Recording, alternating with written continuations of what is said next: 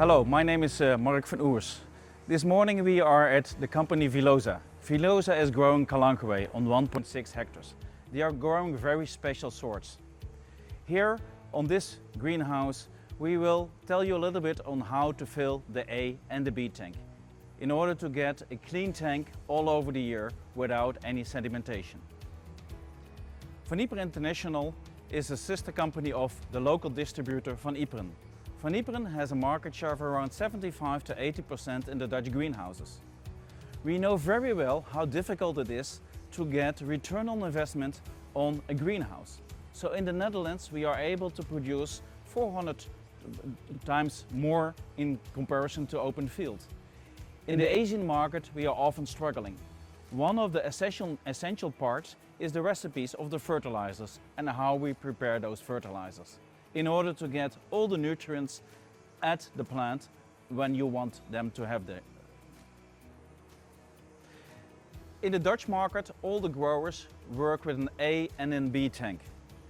I know that in the Asian market it's rather common to work either with just one tank or with 3 tanks, to have an A, a B and a C tank. The principle of working with 3 tanks is not so common or not done at all in the Dutch market. All the acid that needs to be added via the C tank is normally put in the B tank, and this helps for the solubility of the fertilizers in the B tank. Next to mineral fertilizers, growers often add also all kinds of organic fertilizers to the B tank or to the A tank. Amino acids, seaweeds, humic acids and many other things. In my opinion, only seaweed and amino acid to be added to the B tank and or to the A tank is more than enough. Be careful, amino acids, it seems like an acid but it is not. So amino acid cannot be replaced by nitric acid in order to reduce the pH of the B tank. For that you definitely need to add nitric acid. If you are still working with just one tank and alternate the calcium nitrate with the sulfate fertilizers, we clearly would like to recommend you to invest in an additional tank. So to minimum work with 2 tanks rather than 1 tank. This in order to overcome problems in your nutrition for the plants.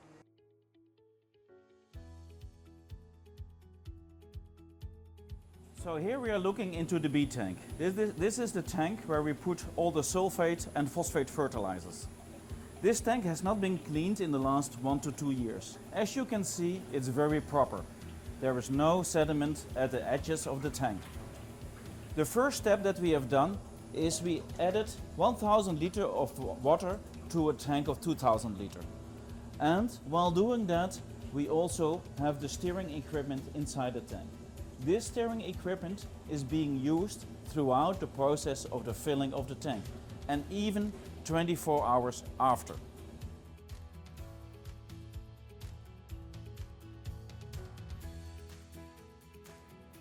This grower is using rainwater to fill his A and B tank.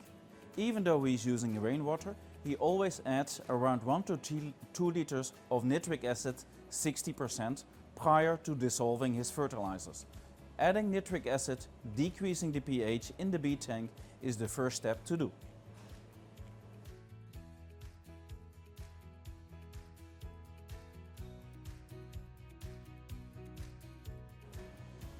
After adding the nitric acid, we will add the fertilizers, starting with potassium nitrate, followed by monopotassium phosphate and then potassium sulfate.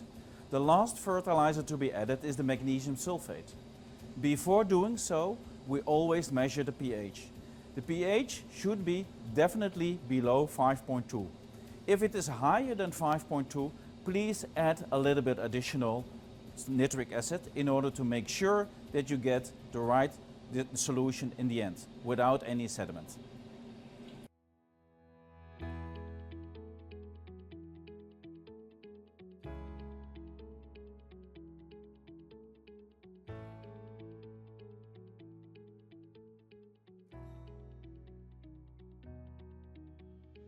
So the potassium nitrate has now been added, and while we have done that, we continue the steering process.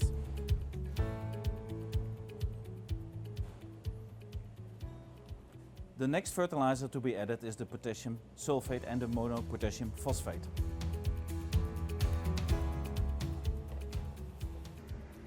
So we have added the potassium sulfate. Still we need to add the magnesium sulfate. However, before doing that we have checked the pH. The pH is currently around 4.8, 4.9. So we are ready to add the magnesium sulfate as a last fertilizer in the bee tank.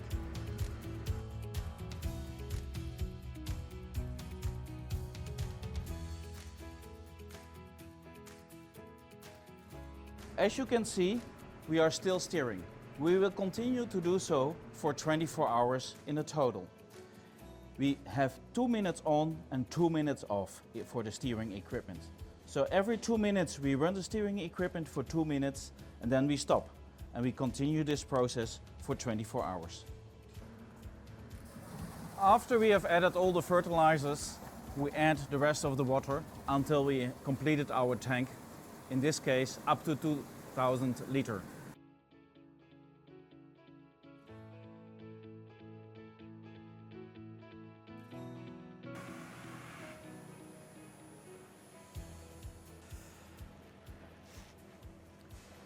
Here we are looking into the A tank. As you can see, similar to the B tank, there is hardly any sediment on the bottom of the tank.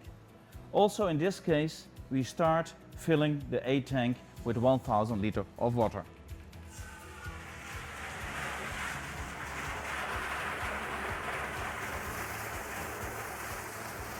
In the A tank we add the calcium nitrate, the potassium nitrate and the chelated trace elements.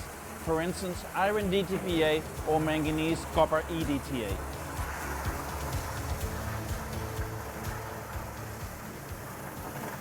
In the B tank, the pH is of importance. Same counts for the A tank. In the A tank, the ideal pH is between 4.5 and 5.5. This in order to protect the iron DTPA.